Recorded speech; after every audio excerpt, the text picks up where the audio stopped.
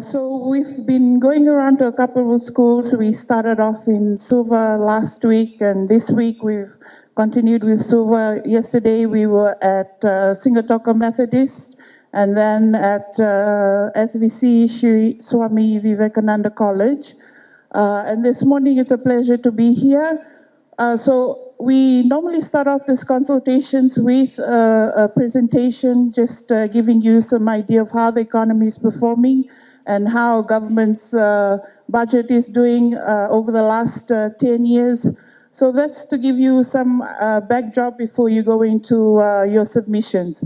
And by then we expect that the Honorable Minister will be here, and then you can, we'll go straight into the submissions. I understand there's a school that needs to leave early, so hopefully we'll cover the presentation quickly so that you can ask a few questions before you have to leave. So the first slide talks about how the economy has been performing since 2008. At the bottom, it's not clearly shown, but we have the names of the different cyclones and how, as we all know, when there's a cyclone, there's often an impact in the economy. Since 2010, the economy has been growing recording positive levels of growth. In 2009, you'll see there's a negative number, 1.4% negative growth, and that was because of the impact of Cyclone Nick. Since 2010, the economy has recorded positive growth, averaging around 3%.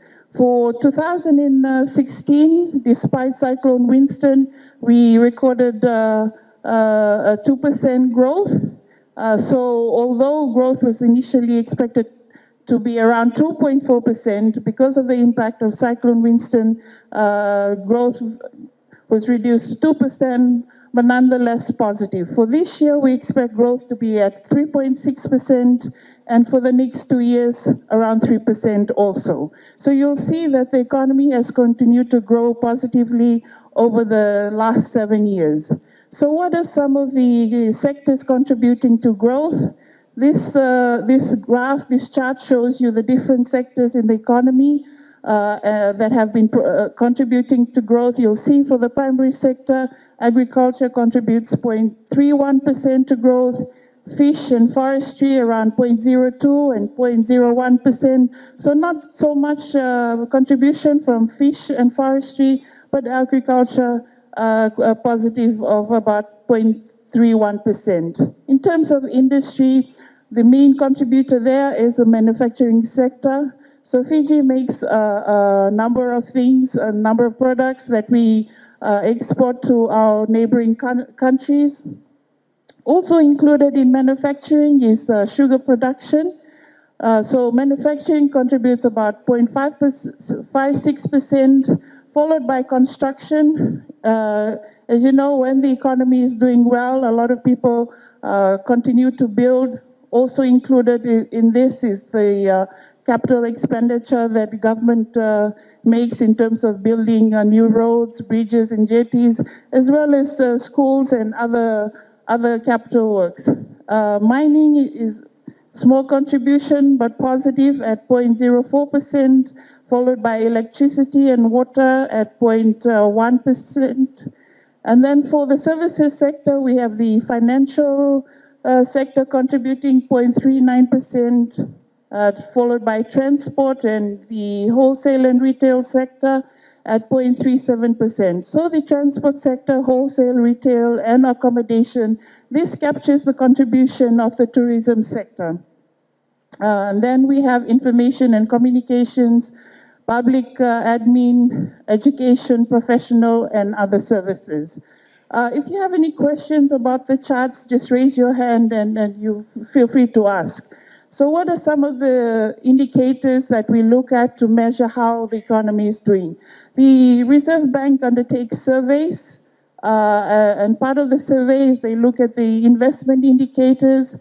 So you will see on the chart, value of building permits issued between January to September in 2016 grew by about 12.7%.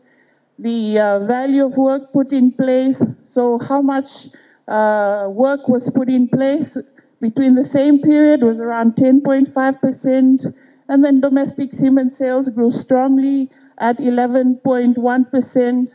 Imports and investment goods, so these are the investments, the imports of machinery that's used for construction. This grew at about 15.7%. Government capex, this refers to government's capital expenditure. So, as I mentioned earlier, what government spends in terms of roads, building, and jetties, that was around 7.8% in 2016. Post-cyclone, you see new investment lending reduced by about 10.3%, as well as lending for real estate and for building and construction. This is basically because people chose to wait till the recovery has taken place, and then you'll see for this year, these figures are bound to increase. So apart from investment, as you know, the economy at the moment is driven by investment and consumption. So what are some of the consumption indicators? We have the registration of new vehicles. That grew strongly by around 27.5%. Second-hand vehicle registration also grew by 7.8%. New lending to the wholesale and retail trade sector. As I mentioned, this captures the tourism sectors. That grew by 13.2%. Imports of consumption goods. So we know that a lot of the things that we use and we purchase from the shops here are not made in Fiji, and so these are the goods that we import.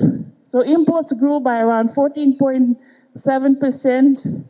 Our PAYE collections, so what every employee pays in terms of taxes, that also grew by 4.9%. So that shows that the level of income growing, and as a result, people pay more taxes. So collections grew at about 4.9%. New job advertisements, that grew by 15.1%. So this only captures the jobs that are advertised in the Fiji Times, but we hope that the Reserve Bank will also capture the jobs that are advertised in the Fiji Sun. So we expect that number to be much larger than the 15.1%. Personal remittances, so these are the monies that Fijians that live abroad and work abroad send back, either to support their families or relatives. So we know that we have a lot of sports people, we have nurses and teachers that work abroad. So this remittances captures the funds that they send back. And that grew at about 5% in 2016. As we know that we pay VAT for everything we buy. So VAT, last year the VAT was reduced from 15% to 9%. And despite the reduction in the VAT rate, we still see VAT increasing.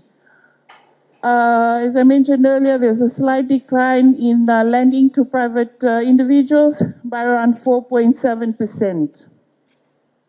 Again, this chart just captures what I mentioned earlier about the registration of new and second-hand vehicles. So the lighter bars reflect the increase in second-hand vehicles, and the darker bars, the new vehicles. So you'll see in 2005, for second-hand vehicles, it was around 6,088, and that grew to 10,152 in 2016. In 2005, new vehicles registered were around 3,363. Last year, that grew to about 4,920. So it's why you'll see a couple of places we went to, children complained, the students complained about traffic jams, but that's a reflection that more families are able to purchase cars. Also, with the government's introduction of incentives for hybrid vehicles, we see a lot of the Priuses driving around, so that figure captures the increase in vehicles. Again, retail sales surveys.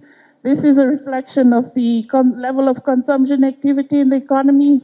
So you'll see that consumption has continued to grow strongly, averaging at around 7% since 2008. There was obviously a spike in 2016 because a lot of people bought relief supplies.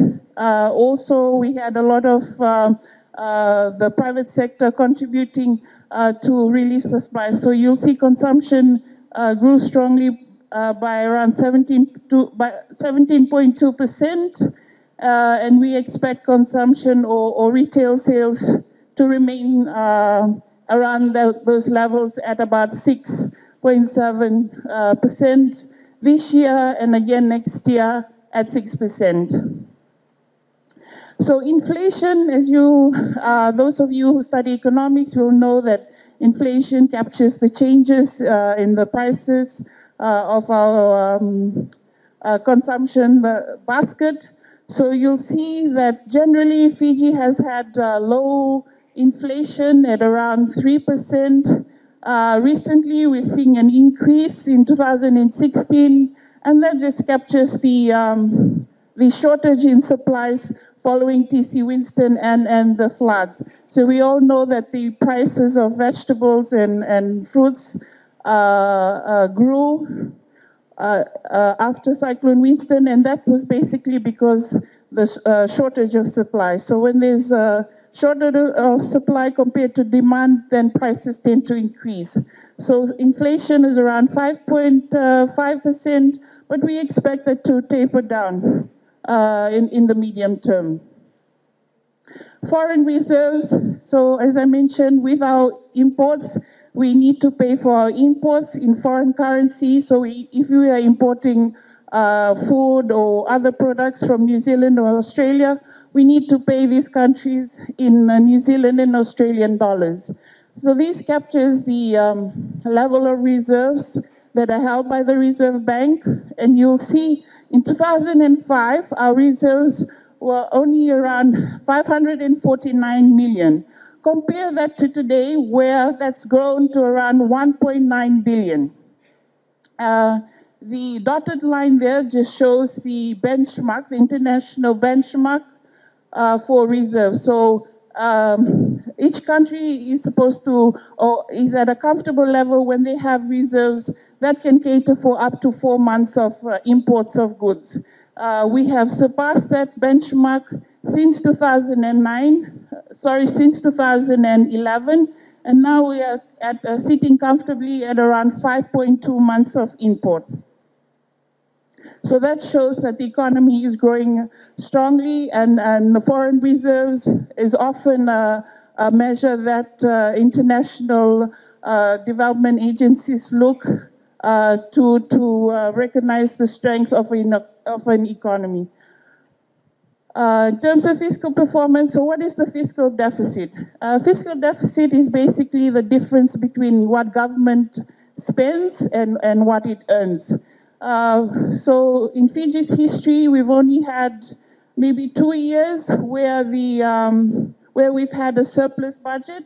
So where the zero line, that indicates balanced budget, where your total expenditure is equivalent to total revenue. But you will see that since 2000, we've had relatively large deficits. In 2001 in particular, deficit grew to around 6.2%. So on average between 2000 to 2006, deficits were around 4.2%. Since then, the deficit has come down. Since 2007, you'll see that there's been an improvement from up to 2.1%, and we've continued to reduce deficit to below 3%. Again, you'll see there's been a spike in this year, the 2016 and 2017 budget, basically because government allocated around 208 million for reconstruction. So this is the rehabilitation of schools, roads and bridges, and these other sectors also covered in the rehabilitation budget.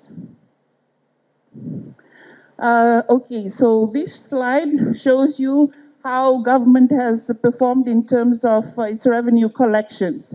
So what government collects in terms of taxes and other revenue. So you'll see the government revenue has continued to grow strongly since 2010.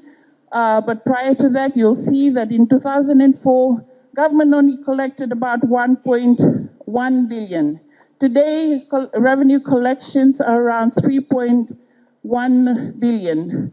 So revenue to, as a ratio of gross domestic product is around 30%. And you've seen a strong trajectory, upward trajectory since 2010 from 1.5 billion to now 3.1 billion. So revenue has tripled since 2004. So what are the sectors or what are the contributors to government's revenue collections? We have value-added tax.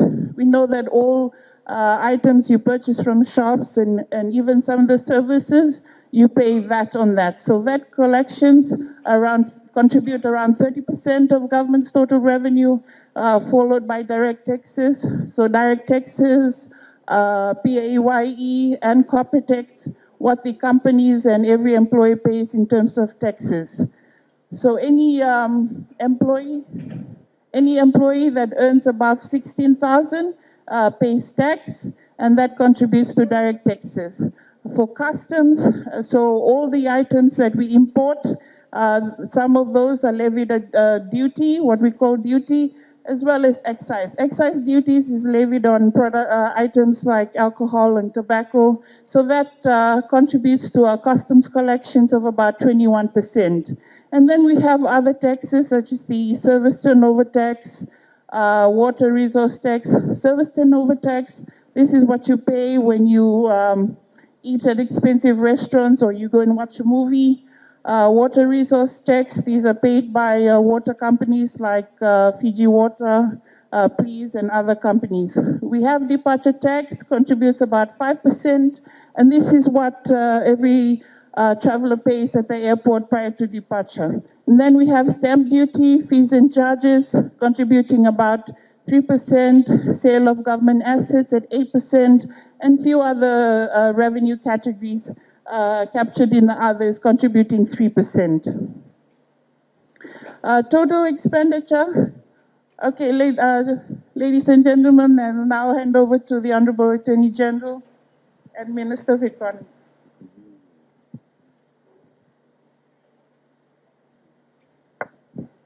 Good morning, ladies and gentlemen. How are you? Thank you, PS, for that introductory the slides. I just wanted to highlight before I carry on with the slides is to essentially explain to you what's the process. So we have been, we started the school consultations on Monday. On Monday morning, we were in Nagua at Vashish Muni School, where all the schools in Serua and Namosi area.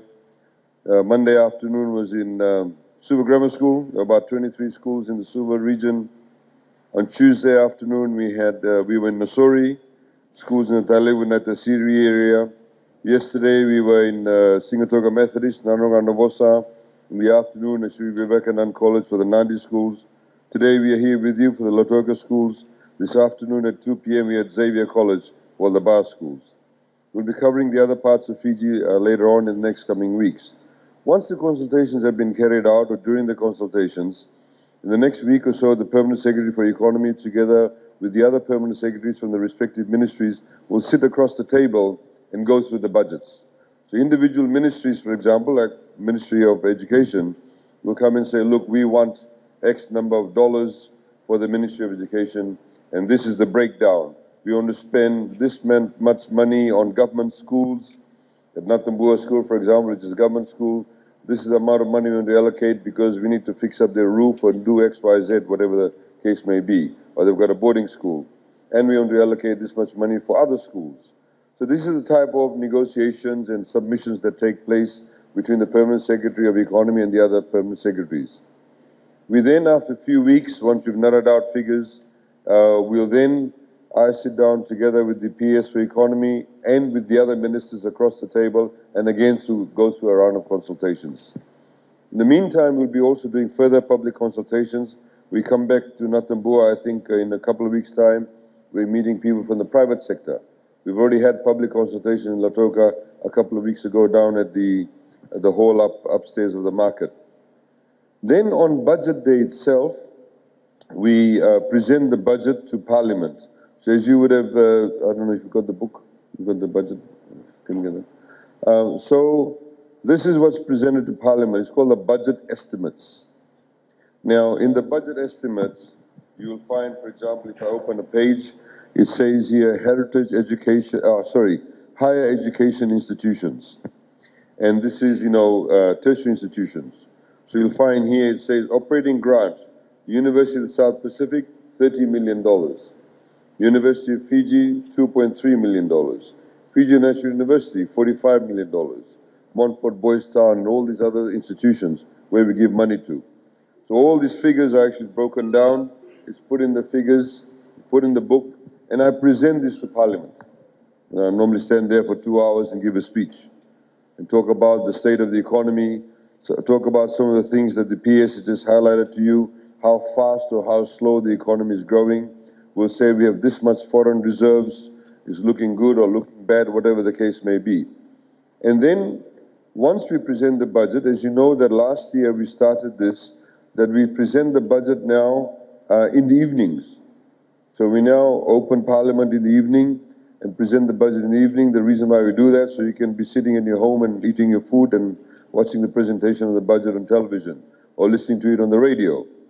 It creates more awareness. We want to create more awareness for people to understand what the aspects of the budget are.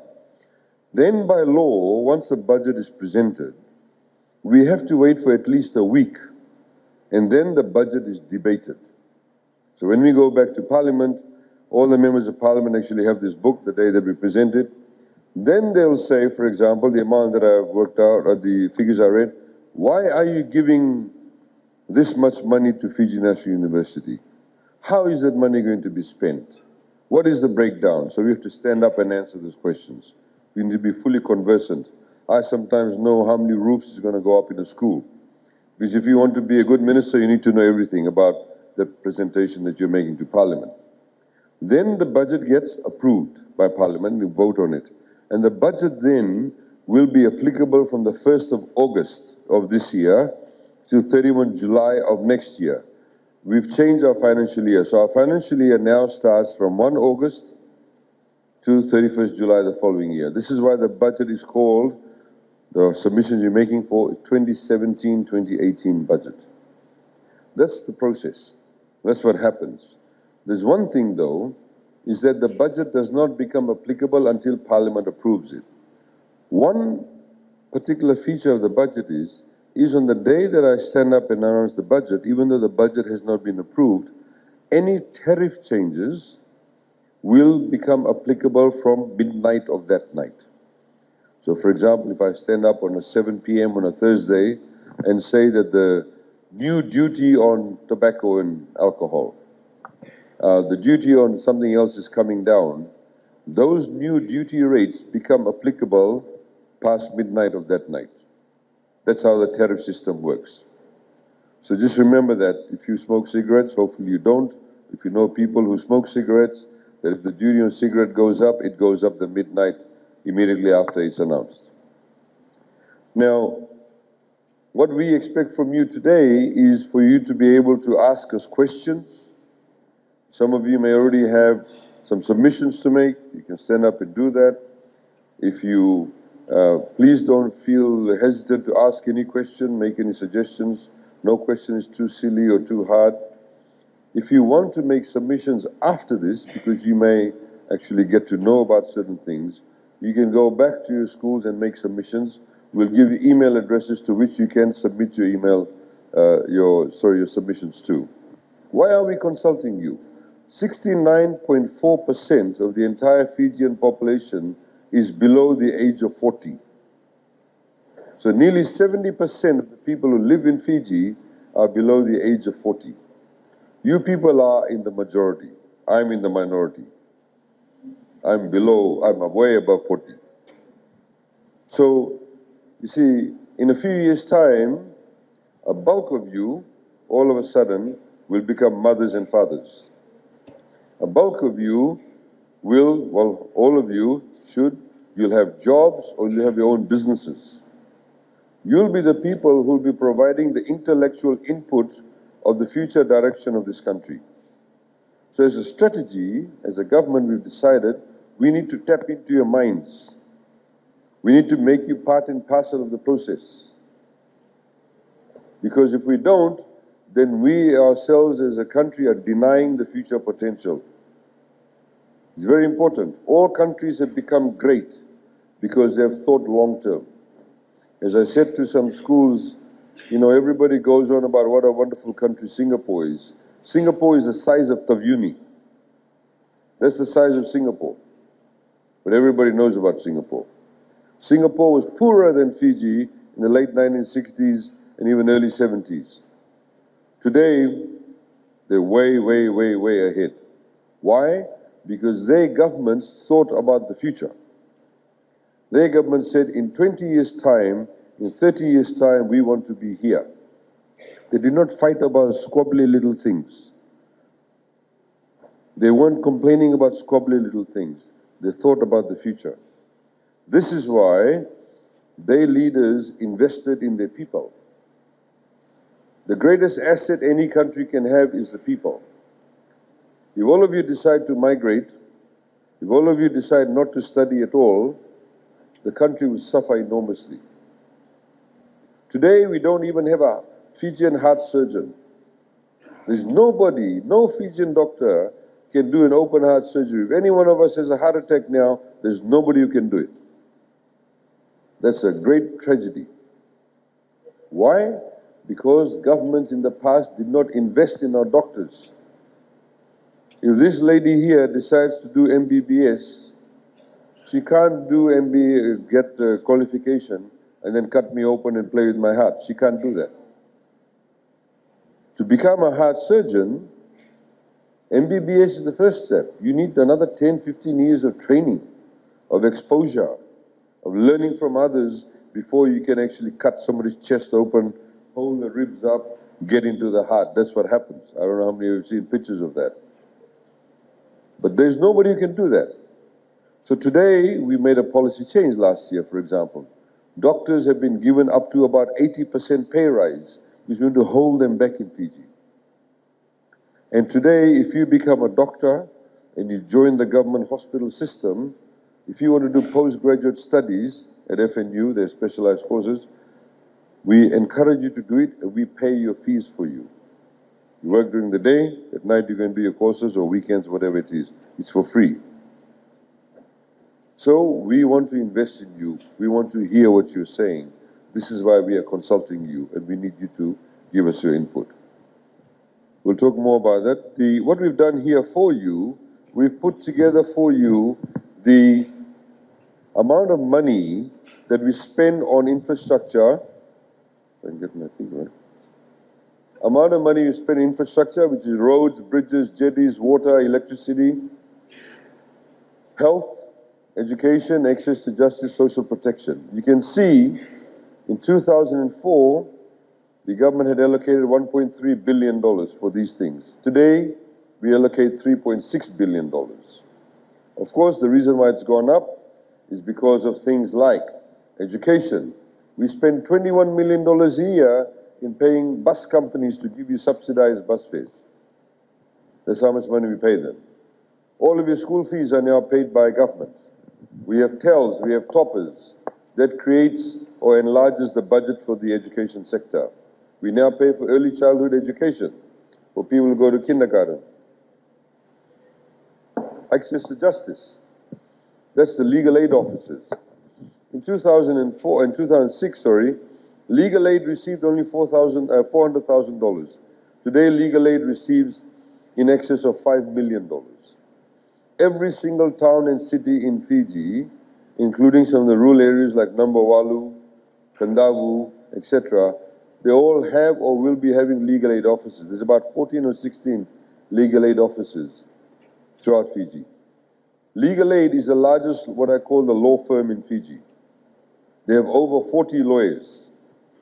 So if you're a single mother, abandoned children, if you're a poor person who needs access to, legal services, you'll get it from legal aid.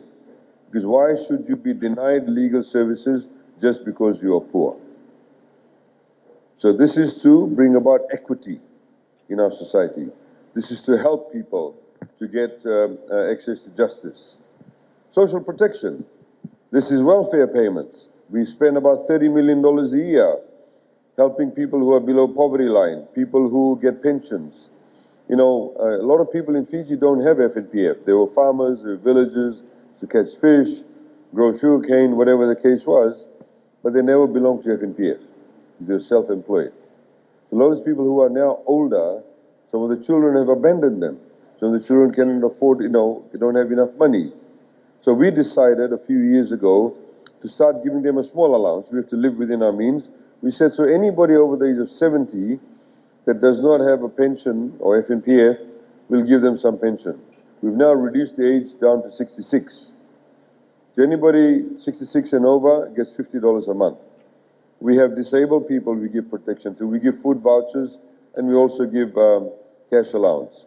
Health, of course, as I mentioned, we've increased more funding, but we really lack people who can work in this area. We bought the first MRI machine in Fiji a few years ago. You know, MRI machine, I don't know how many of you are aware what an MRI machine is. It's like a super duper X-ray machine. You can actually, X-ray machine can only capture what you call mass, which is your bones. It does not capture your muscles, the fluids that's flowing in. That's what an MRI machine does. But we found that when we had the MRI machine, we did not have people in Fiji who knew how to read the film. We are trained people who know how to read it. When you and I looked at it, we wouldn't know what's happening. The different colors. We don't have enough people. We don't have enough radiographers. This is why when we talk about toppers, majority of the topper scholarship is for science-based subjects.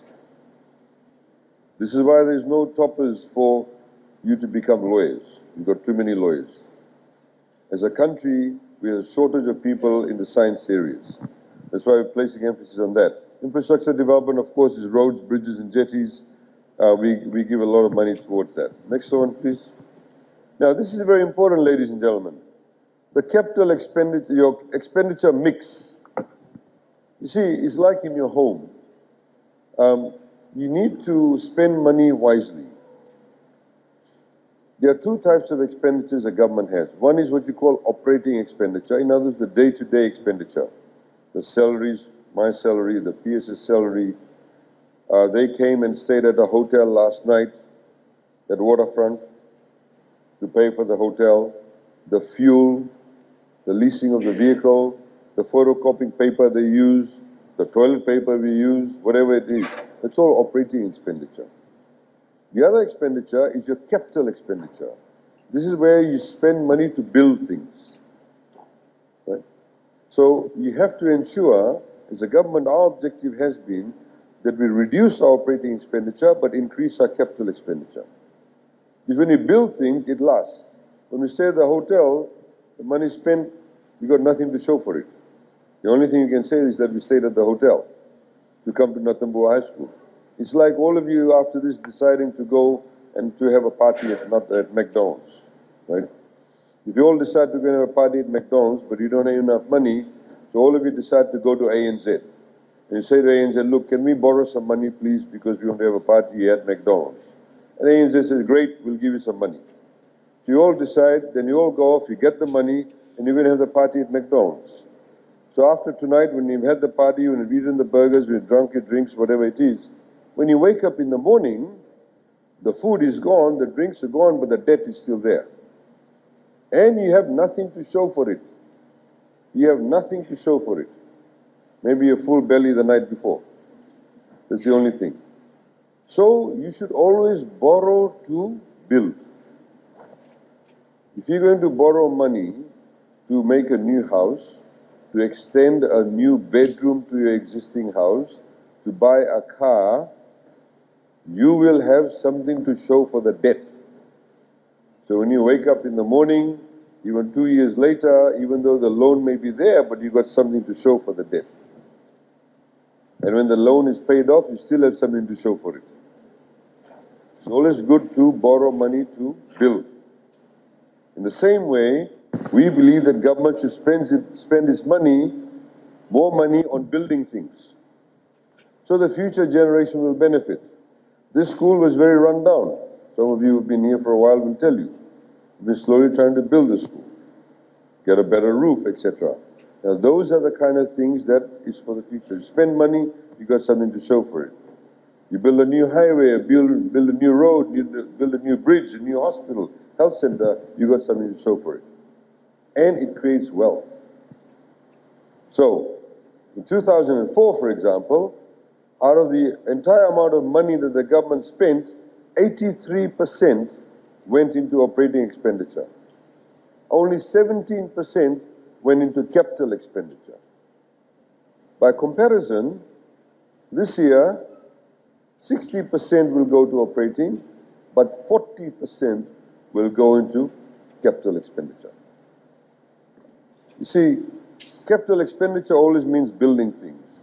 When you build things, it also has a cyclical effect. So if you, for example, if you decide to go home and build a new house, or they put up a new building here, you just got fresh ground here, you need somebody to come in, dig the hole for the foundation. You need somebody to put the steel together. You need somebody to lay the bricks. You need somebody to do the plaster. You need somebody to do the wiring for the electrical cables. You need somebody to paint it. You need the plumber. You need somebody to put the roof. You need somebody to lay the tiles. All of this, you need people. You hire people. When you hire people, you pay them wages. When you pay them wages, what do they do with the money? They spend the money. When they spend the money, they go and spend money at the shop. It improves the quality of their lives. They may buy a new car, paint their house, drink beer, whatever the case may be. But they pay VAT. When they pay VAT, we collect the VAT. When we get the VAT, we use the money to build things again. See, this is why construction and capital expenditure is very, very important. Next slide, please. Funding for roads and bridges and jetties. 2004, when you had PWD, we spent $55 million. Today, we spend $527 million on roads, bridges, and jetties. One point I'd like to make, we are very good in Fiji, to go to nice openings and you go all a chief guest and you put the salu salu on and we have a big feast after that. But we have not been good as a country in maintaining things.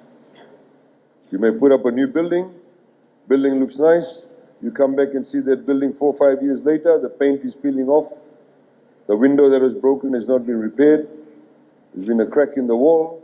The same way, that's what we've been doing with roads.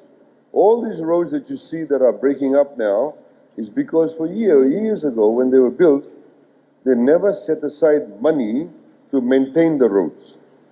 Every few years you must come, if you go to Australia and New Zealand, all the tar seal roads, every few years they come and reseal it.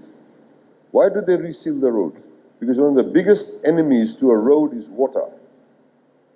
So even though the road may be sealed, there's still opportunity for water to seep through. When it seeps through, the water builds up underneath. And a nice big heavy truck comes along, it creates potholes. The roads curve up on the side. This is why it's very important to always maintain your assets. So we set aside money to maintain our assets. How many of you have been to Nandi recently? If you go to Nandi, you see the 4-lane road outside Nandi Airport. Can somebody tell me what is something different you noticed there? Very quickly, so you can all wake up. What is something different you noticed on that 4-lane road, apart from the fact it is 4-lane?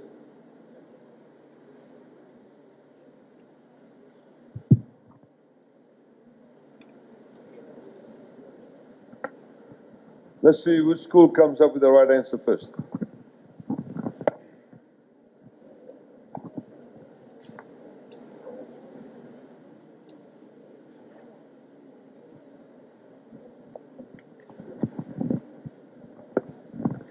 Anyone take a guess?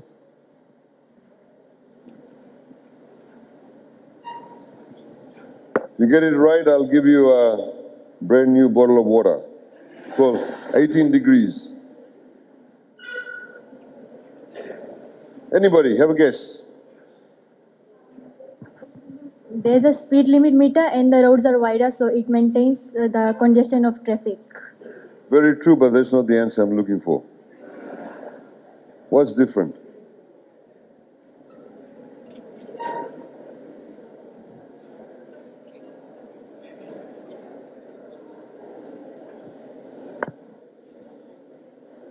Anybody on the top? Oh, somebody here? Yes. No power posts. Exactly. No power poles. Where are the power poles? Underneath. Underneath. Thank you. What school are you from? Bar Provincial gets a bottle of water.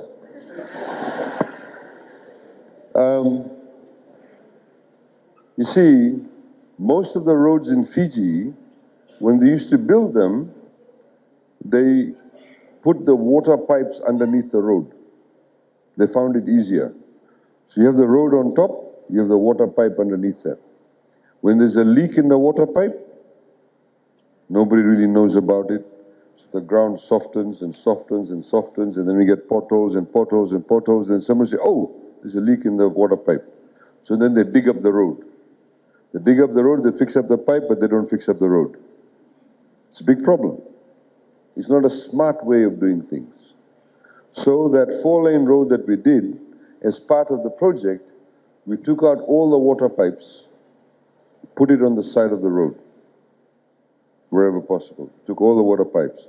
All the electrical cables have gone underground. When Cyclone Winston took place, 6,000 kilometers of electrical cables went down in Fiji. 6,000. If you go all the way up to northwest of Viti Levu and other parts of Fiji, all the cables were down. So we build it up. Now, God forbid we have another cyclone, go down again. Build it up again. Another cyclone, go down again. Build it up again. So isn't it better to put it underground in the first place? It's not cheap. To put electrical cables under the ground cost us $20 million more for that road project. $20 million more. But it's what you call building resilience in your economy. You know, you hear under climate change, people talk about resilience. That's what you talk about, building resilience. So we moved all the electrical cables on the side of the road, the water pipes on the side of the road. So next time there's a leak, next time they want to fix it up, next time they want to upgrade it, they dig up the side of the road, they don't dig up the road. So this is how, what you call doing things smarter. Doing it in a better way. It of course will cost money, and people who don't understand about it will make a lot of noise. And unfortunately, that's the problem in Fiji. We tend to make things in a political manner as opposed to looking at it from a development perspective. This is why we have to have a lot of funding available for these projects. Water and energy, same thing. $92 million in 2004, today $337 million. We have a free water scheme. Any household that earns less than $30,000 a year gets 90,250 liters of free water a year. If you earn less than $30,000 a year, your household, we subsidize your electricity if you use 95 kilowatts or less. The cost of a unit of electricity is 34 cents. If you are eligible for that, we pay 17 cents directly to FEA for you. That's where the money goes to. But more importantly, the money is actually going into the rural electrification grid extension. Before, for example, those of you who may live in towns and cities do not realize this, but if the electricity, say, came up to this building, and your house is where that fence is, people say, we want electricity, FEA will say, well, the cost from building from here to there, say maybe $100,000, hypothetically. And maybe there are 20 homes. They'll say, you all have to give 10% contribution towards the $100,000, you all have to give $10,000. So there may be 10 homes or 20 homes, people need to give $500 each. 10 homes, out of the 10 homes, 5 may give it, the other 5 don't give it. So those people's money is stuck with government, government keeps the money, the others don't give their money, and the project does not get done. So 2 years ago, we returned everybody's money. We will now do it for free. You don't have to make a contribution. Of course, that takes time, but that's part of the rural electrification grid. We also, as you know, now have got electricity, putting electricity all around Viti Levu too. The other one is funding for education. Quite obvious, it's gone up here from 351 million to 520. It's now $598 million. We'll actually have to allocate more money because more and more of you are coming out of schools, more and more of you are going to university. So the funding allocation will keep on increasing for TELs, for toppers. Today there's something like 16,000 students that are receiving assistance from government. A few years ago, it was only about 6,000 students. There are many people who have said to us, who said to me personally also, we wish we had free education when I was in high school, because I would have actually finished high school. My father could not afford it, or there were 5 or 7 of us in the family, only the 3 smart ones got sent to school, the others sent home, or stayed home. And generally the women were kept at home, the girls were kept at home, because the father had to make a choice, the mother had to make a choice, they send the boys off to school. The girls will get married in any case. That was the thinking. So it is discriminatory also. That's how, we live in a patriarchal society, and that's what generally happens. So now also, I've had a lot of people say to us, we wish when we were in high school, I used to come first or second or third in my class, and I wish my father could afford to pay for me to go to university, but I had to work. I wish we had TELs or toppers then, because I would have gone to university. So there are a lot of people who are being assisted, and we are hoping that all of you, one day, very soon, will have some form of qualification. Not everybody wants to go to university. Not everybody, if they don't want to go, they don't have to go. They can go to a technical college. Do you know at the moment in Fiji, we have workers from Bangladesh, Philippines, and Indonesia coming and finishing off of buildings, laying of tiles. Because there's a shortage of good tradespeople. We have electricians being paid $12, $13 an hour. We know of good carpenters being paid $7, $8, $9 an hour. Because there's a shortage of that. So some of you who may want to pursue that career, if you do that, what we're saying to you, don't become a job seeker, be a job creator. You can start up your own little business. A lot of people wanting, people for good trade skills to be able to do those type of work. So we are giving money, of course, to technical colleges too over there. Next one, please. Funding for health. Funding for health has been increased, but of course, we still have a lot of issues, in particular with health, regarding human resources. We need more doctors. We need more specialists. We need more radiographers. We need more dietitians. We don't even have a single speech therapist in Fiji. Sometimes when children, when they're a bit young, they may not be able to speak properly. If you make the intervention at the right time, they'll become normal, what we call normal kids. But we don't have that. Then after a while, when you don't give them that access, they say, this fella's one, handicapped fella. But all of these opportunities, the potential for those people to realize the true potential will be greatly enhanced if we have more people trained in that area. As the PS spoke about, this is how much money we make in terms of revenue, the entire thing from the blue all the way down. That's how much we spend, the brown part, and that's the savings. You can see the difference in the savings from there. Now we're increasing our operating savings. So we are borrowing less money, but at the same time we are doing more in respect of asset build-up. Government debt. This is very important, ladies and gentlemen. A lot of people talk about government debt.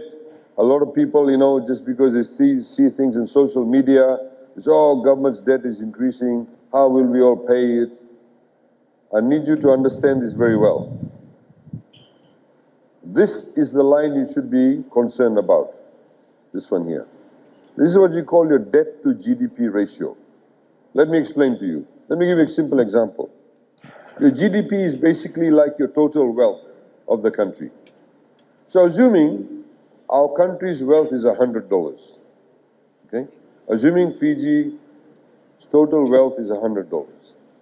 And then we go and borrow $20. What percentage of 100 is $20? Sorry? Sorry, you sure? 20%. 20%. What school are you? Okay. 20%. Your total wealth is $100. You borrow $20. Your debt to GDP ratio is 20%. Okay, you understand that? 20%. Assuming we become richer, as you're showing over here, we're collecting more money, and our GDP grows to $500. Our GDP becomes $500. But instead of borrowing $20, we go out and borrow $50. Double, 2.5 times more than what we borrowed before. What percentage of 500 is 50?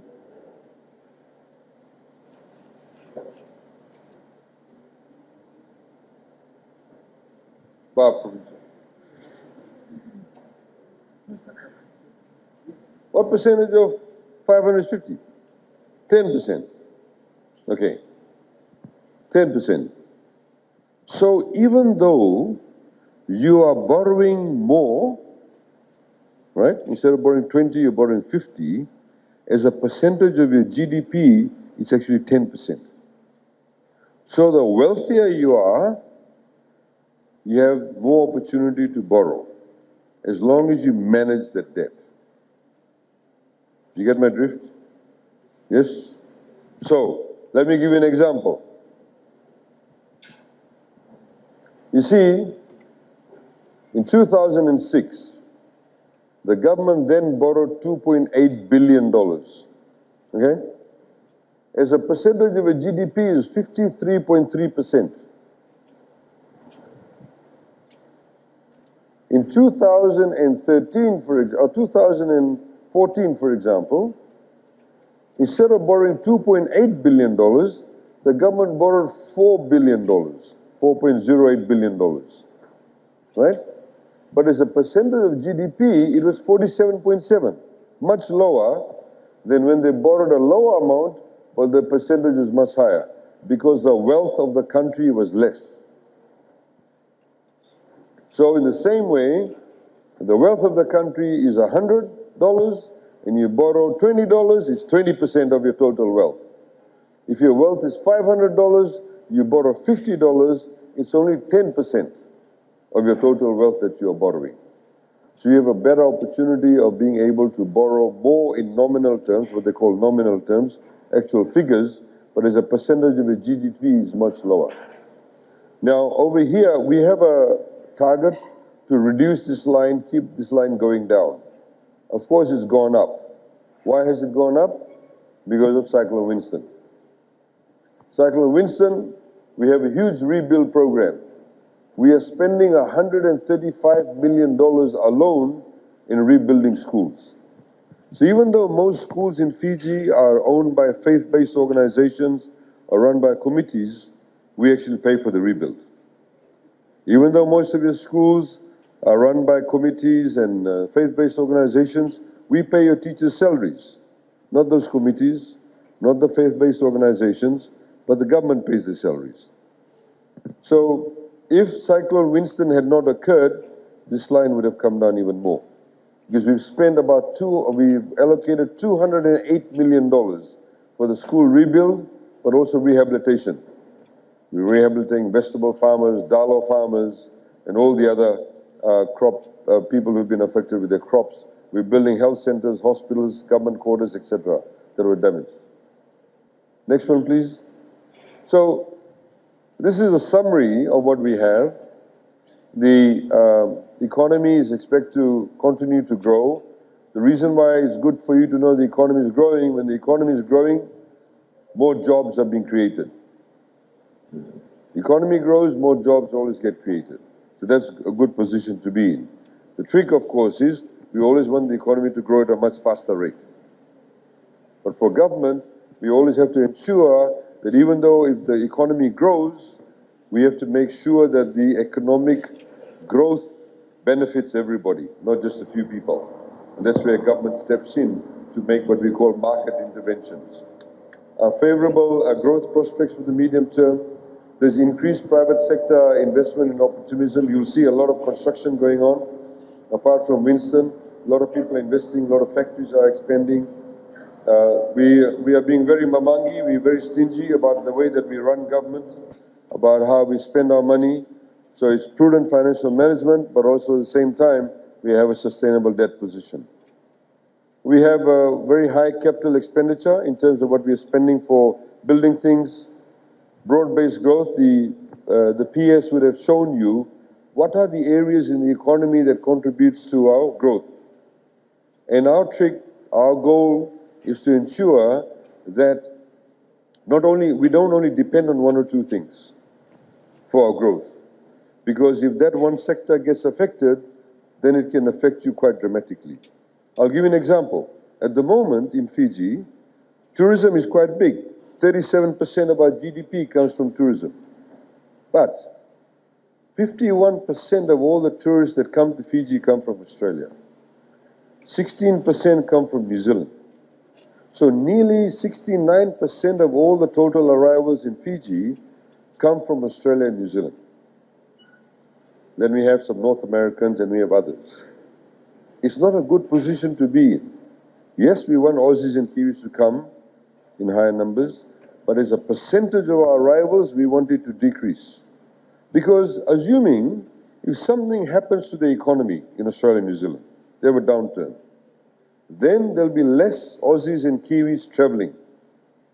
When less of them travel, it'll have a much bigger impact on us. This is why we want more Indians, we want more Chinese, we want more Europeans to come to Fiji. So if, for example, we had 20% arrivals from Australia, 25 from India, 25 from China, 20 from New Zealand, 20 from other countries, if one of the countries drops in the arrival rate to Fiji, we don't get affected as much. That's what you call mitigating your risks. So if this line of people, all of them came from one family, and you had only one of them working, all of them are adults, only one of them working, if that person got sick, all of them won't have access to income. But if all 7 of them worked and 2 of them got sick, they'll still be okay. Because they've got a source of revenue coming through. They've got other 5 people to depend on.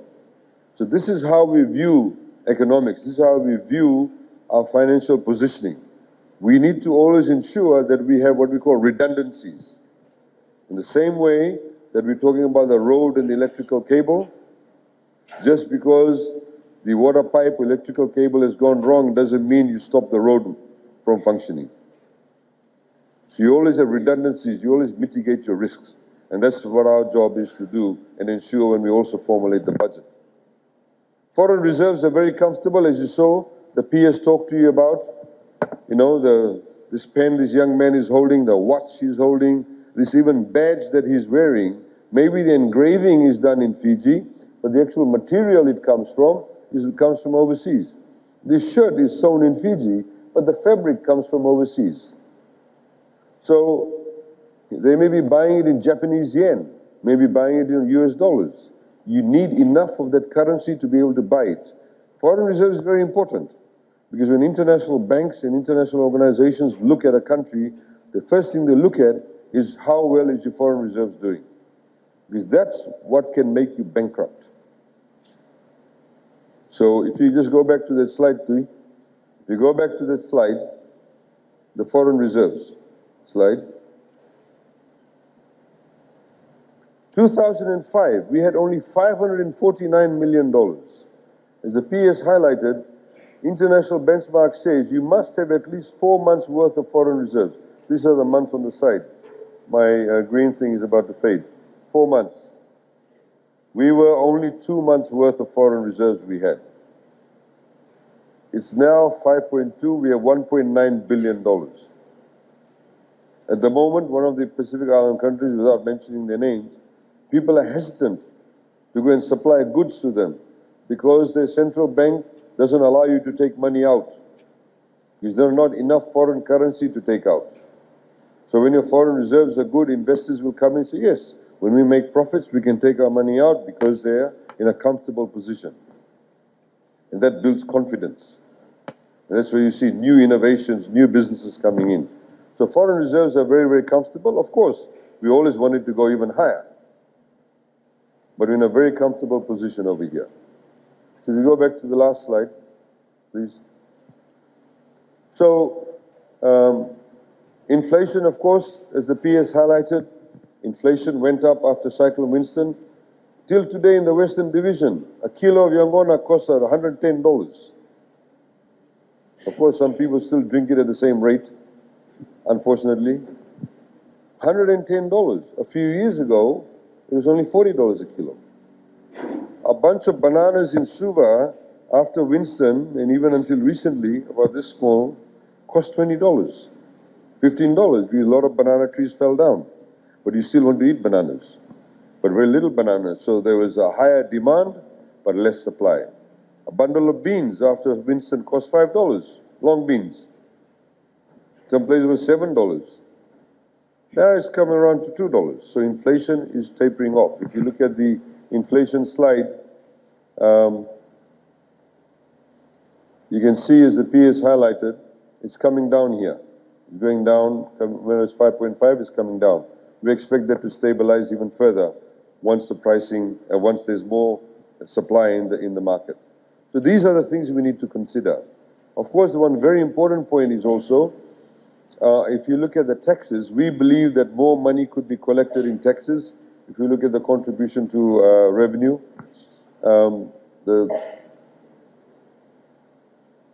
there's still a lot of businesses that are stealing from here and in there. So we still have businesses, for example, when they import something, it may be worth $10 million. At the border with customs, they'll say it's worth $2 million, in the hope they get away with it. So if the tariff is 10%, instead of paying, what's the 10% of the $2 million, it's $200,000. They'll pay duty of $200,000. But actually, they should be paying $1 million because it's worth $10 million. So we are going very hard after them, getting FERCA to prosecute people, getting them to pay penalties. We've also discovered a lot of food items. Even though we've reduced the duty, some of the supermarket chains, what they do, they may have their company in Fiji, but they'll set up another company, say, in New Zealand. Right? Just hear this out. We just discovered this recently. They have a supermarket chain here. They sell lamb chops to you at what, $15 a kilo? Right in the supermarket. They'll set up a company in New Zealand, and that New Zealand company of theirs will buy it from the lamb chop supplier in New Zealand. It's about $1.50 a kilo. So that New Zealand company of theirs will buy it at $1.50 a kilo, then that company of theirs will sell it to their sister company in Fiji for $10 or $12 a kilo. Then they sell it to you for $15 a kilo. So they'll say, oh look, we bought it for $12, we sell it to you for $15. But in fact, they bought it from themselves for $12. If the company in Fiji had directly gone to the lamb chop supplier in New Zealand, they would have bought it for $1.50. Assuming they landed here and they pay for freight and all that, assuming they sell it to you for $5. Instead of paying $15, you'd be paying $5. You'd probably eat more lamb chops. More people would probably, who don't eat lamb chops, would eat lamb chops. So these are the kind of things that we are discovering. The last example I want to use, and this is what you need to understand, is that how we encouraging business people to follow a different model of business. A few years ago, I walked into a shop in Nandi, and the Bulla shirt was marked $65. Very nice Bulla shirt. So I said to the shopkeeper, how much? He said, $20. Then, a few minutes after that, another Fijian like me walked in. He wasn't a minister though. He walked in, he asked, how much? He said, $25. So I said to the shopkeeper, you are making money from both of us. You're making more money from the guy who's selling to for $25. Obviously making a margin. What is that $65 for? He said, that's the tourist price. That's the tourist price. I said, if you sold a shirt at $25 to the tourist, as you're selling to a fellow Fijian, you'd get the tourist to probably buy 5 shirts. Because they say it's very reasonable. You see, so the way of doing business for a lot of these people is they want to make a kill on each sale. They don't look at making a lower margin, but making a higher volume of sale. So now, thankfully, if you go to Nandi town, because we really pushed it a lot, you'll find there's no distinction between the pricing. The same price I pay for a Bulla shirt, that's the price the tourist pays. You can buy those fake polo t-shirts for $25. Everybody pays $25 for that. So a lot of that does happen. The same way, we need to be smarter. We get complaints. Some taxi drivers, they'll see a tourist, they say, Nice. So take you from Lotoga Wharf to Lotoga Market, $50. Thank you. We have stories in Suva too. They'll take them from Suva Wharf, give them a tour of the old Parliament House, museum, stop in front of the President's house, show them around Parliament, $80, thank you. See, we're thinking up till our noses. In the same way, we're saying to the hotel industry, don't rip off the tourists in food and beverage. Because when the tourist in Australia and New Zealand sits down and looks at pricing, they'll go, yeah, Fiji's a nice place, hospitable people, friendly people, but they really rip you off in food and beverage. We know certain bottles of wine cost $15, $20, but at the hotel, they charge you $100. It's too much. So we need to also be, in the hotel industry, we need to be aware about that. We also need to be aware of what local businesses are doing too. So from government's perspective, we are trying to work very hard in respect of changing that mindset. So there you go, ladies and gentlemen. That's the presentation. You will now see the email address that you can send your submissions to. If you have any ideas or suggestions after this, please send it to that address. If you're visiting Suva, you can drop it off at that office there, Royal Alam Balabo House, Victoria Parade. If you want to post something to us, that's the address you post it to, and the battery's gone. And but please give your submissions at least within the next 2 weeks, because we obviously have to formulate things. Please don't think any submission is too silly. There are a lot of students, for example, I'll give you some idea about things. We had yesterday, a lot of students talked about the bus fare issues, about bus companies not taking students after a particular time. We have recognized that it's a big issue. We will be talking to the bus companies about that. We've also had complaints about bus drivers sometimes not allowing students to get on buses. Again, we're going to raise it with bus operators. You know, a few years ago, we did a deal with the bus operators. The bus fares used to pay before had VAT. We said to the bus companies, you can keep the VAT, don't give it back to us. But you need to don't increase the bus fares. You keep the VAT, don't increase the bus fares. And plus, we also have to give disabled people and pensioners, free transportation or discounted transportation, and we'll do a deal with you. So we pay them $21 million. We've also got complaints that how some bus companies, for school trips, they send their oldest buses.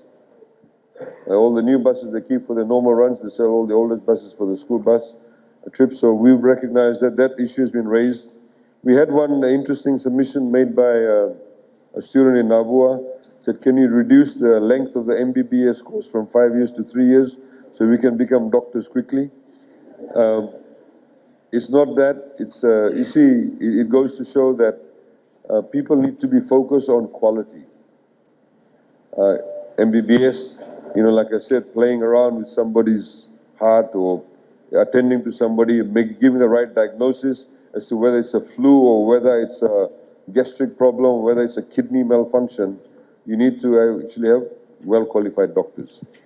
We've had those submissions. We've had a lot of queries. We had one that's come up, which is obviously something that we are taking a note of. That is, there are certain courses at FNU in the engineering division, you don't actually have to do year 13. You can do year 12 and then go and do those engineering courses. And apparently those people at the moment cannot access TELS. So we've taken note of that. We'll be talking to the TSLB board about it.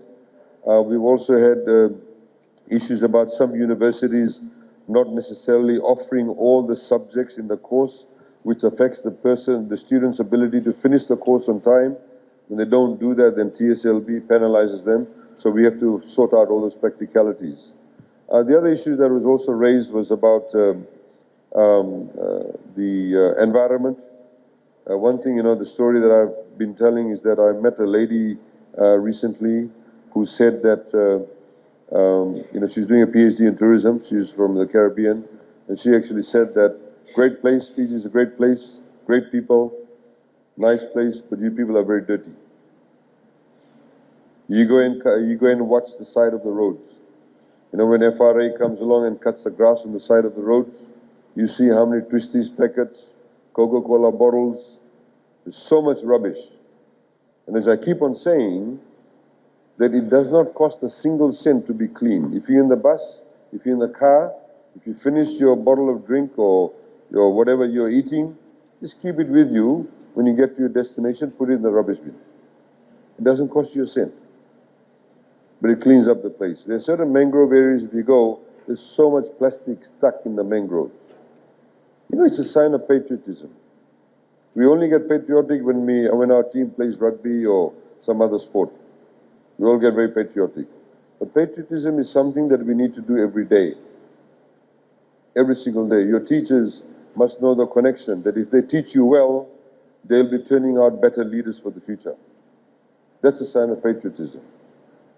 If you know that if you're not going to throw the rubbish out, you're keeping a cleaner Fiji.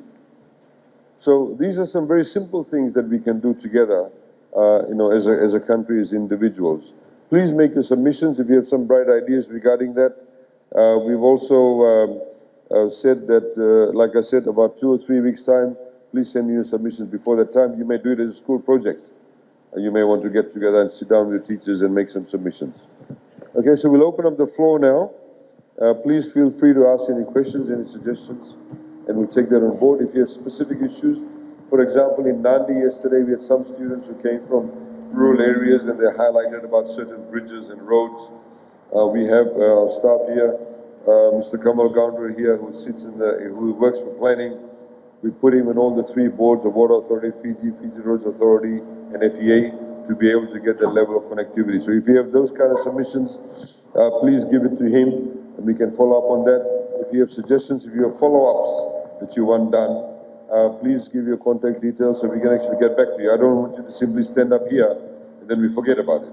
We want you to know that we've done something about it. I'm not talking about the submission of the budget, but individual cases that you may raise. Okay? Thank you very much. We've got somebody going around with the mic. Please feel free to ask or make any submissions.